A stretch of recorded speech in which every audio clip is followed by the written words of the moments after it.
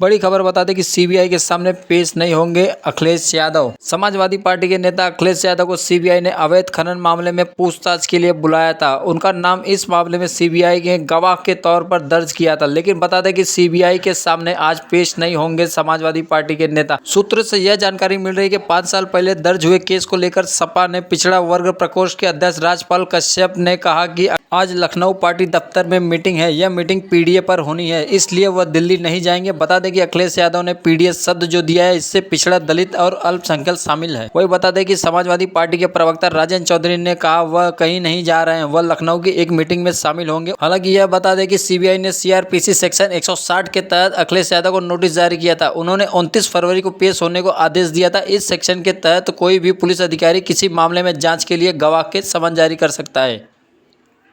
एक वरिष्ठ अधिकारी ने इस मामले पर बातचीत करते हुए कहा कि अखिलेश यादव आरोपी नहीं है, बल्कि उन्हें गवाह बनाया गया है। उन्होंने यह पूछताछ के लिए बुलाया गया अवैध खनन घोटाले मामले में आरोपी नहीं है। इस केस में सपा सरकार के दौरान ई नीलामी प्रक्रिया का पालन नहीं किया गया था, जिसमें इलाहाबाद हाई कोर्ट ने जांच के आदेश दिया था। आरोप यह है कि 2012 और 2016 के दौरान अवैध खनन का पट्टा सरकारी अधिकारियों ने दिया था, तब यह जारी किया गया जब नेशनल ग्रीन ट्राइब्यूनल की ओर से रोक लगाई गई थी। वही नोटिस मिलने के बाद अखिलेश यादव ने भी राजनीतिक हमला करार दिया। उन्होंने कहा कि सपा भाजपा के सबसे बड़ी टारगेट है।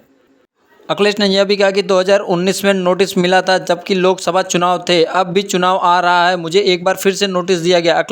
हालांकि भाजपा पर तंज कसते हुए अखिलेश ने यह कहा कि इतनी बेचैनी क्यों है? यदि भाजपा ने पिछले 10 सालों में खूब काम किया है तो यह डर किस बात का है? प्रेस कॉन्फ्रेंस में सुनिए अखिलेश यादव क्या कहते हैं। कोई पहली बार नहीं हुआ है या पहली बार सीबीआई नहीं बुला रही है। याद करो नेताजी और हमारे परिवार को कितने दिन सीबीआई के अंडर रहना पड़ा। अगर आप राजनीति कर रहे हैं और पीडीए के लिए आप लड़ाई लड़ रहे हैं तो इन सब चीजों का सामना करना पड़ेगा। इसीलिए मैंने कहा कि भारतीय जनता पार्टी इस समय सबसे ज्यादा कमजोर है, सबसे ज्यादा कमजोर स्थिति में। 10 साल के बाद भी इतने घबराए हुए लोग।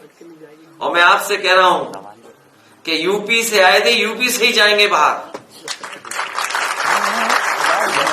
अगर 2014 में आए थे तो उत्तर प्रदेश की जनता 2024 में इन्हें बाहर कर देगी। क्या देश के लोगों की आंख थोड़ी बंद है?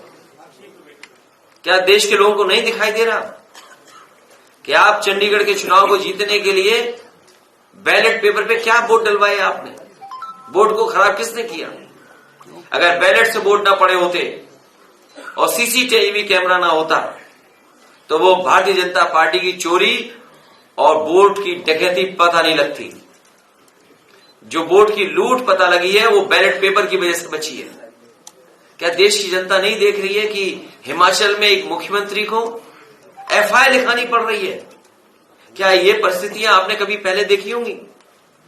तो ये जो चीजें आप देख रहे हो, समन आना चुनाव से पहले, ये भारतीय जनता पार्टी के प्रकोष्ठ की तरह काम करते हैं। और आपसे बेहतर कौन जानता है? आपके कई चैनल हैं जो बिक गए, इन्हें भी सीबीआई आई थी एक जमाने में।